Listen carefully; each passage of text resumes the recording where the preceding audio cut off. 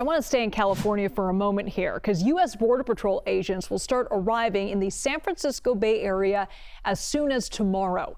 CBS News Bay Area reporter Brad Hamilton has the very latest. A member of the Coast Guard here behind us confirmed that Border Patrol agents are expected to start arriving tomorrow. They did not say how many agents are coming or what they're expected to do, but that news alone has sparked plenty of reaction across the Bay Area. President Trump has made several threats to send federal forces to the Bay Area. And now, confirmation that Border Patrol agents are expected to arrive at the Coast Guard base in Alameda as soon as tomorrow. Two U.S. officials told CBS News that the Trump administration is planning to deploy those agents as part of its broader effort to crack down on illegal immigration. They say Border Patrol leader Gregory Bavino is expected to help oversee the operation. He's currently leading arrests in Chicago and previously directed controversial raids in Southern California this summer. San Francisco Mayor Daniel Lurie spoke this afternoon, saying he signed an executive directive aimed at preparing potential deployment. For the last 10 months, we have been taking steps to prepare for this kind of escalation here in San Francisco. And I want to be very clear.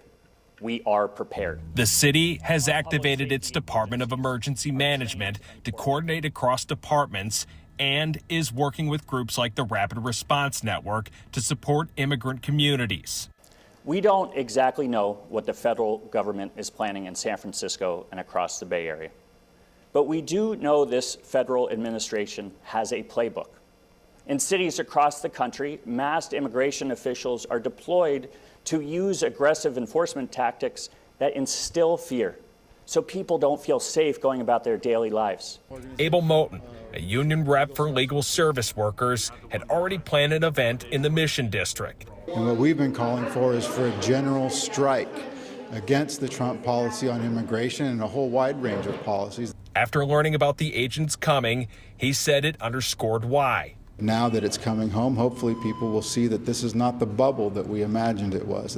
All this playing out as the president has made several threats to send the National Guard to San Francisco to deal with crime and immigration. There is no sign that the Guard is being deployed as part of this operation. Mayor Lurie stressed the Bay Area needs to stand together, but to do so peacefully.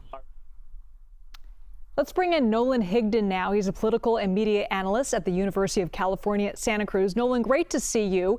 It's worth mentioning that Governor Gavin Newsom is also deploying the National Guard at local food banks on the same day that there's announcing that immigration officials are going to be coming to the city as well. Are you seeing this as kind of a game of checkers that Governor Newsom is playing with President Trump?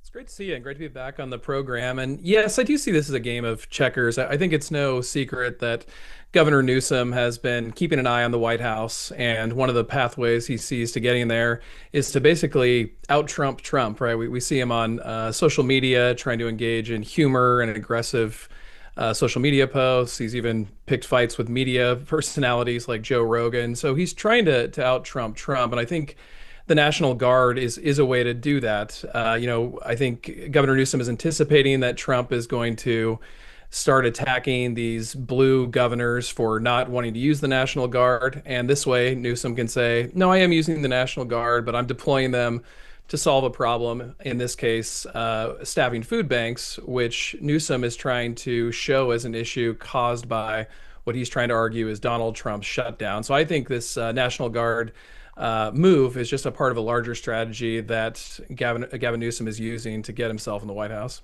Yeah, speaking of Newsom also fighting back against Trump in this oncoming election, but with Proposition 50.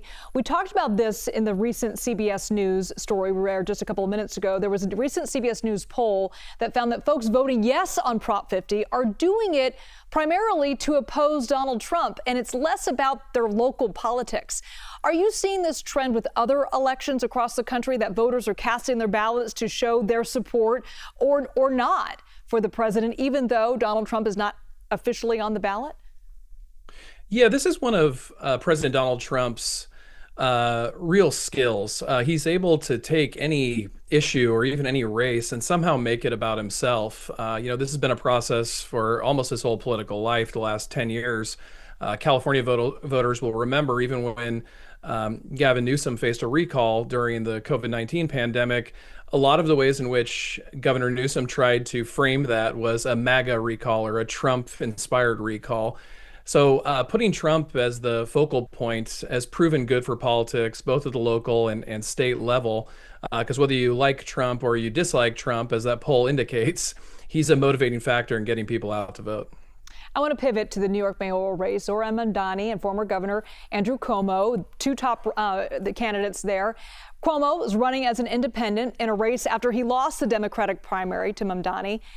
Cuomo has a long history, though, in the Democratic Party. Do you think that this local election is indicative of an identity crisis within the party, where there is this divide between the more left of center Democrats and, frankly, the younger, more progressive politicians?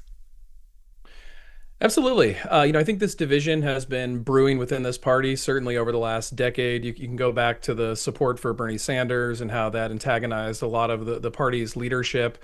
And I think what we're seeing in New York right now is that really coming to a head. A lot of the big donors and party establishment figures are getting behind Andrew Cuomo.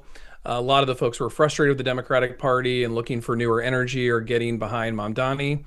And I think there's kind of a waiting period right now. Like those folks who support Mamdani or Mamdani-like politics should note that the establishment is waiting to see if Mamdani's approach works, and if it does work, can it be replicated elsewhere? So I think that's kind of the uphill battle for those folks right now. It's not only do they have to win in New York with this strategy, which relied a lot on social media and door knocking, but be able to replicate that elsewhere. If you get there, I think then the establishment is going to take it more seriously. Nolan Higdon, thanks so much. Great to be with you. Thank you.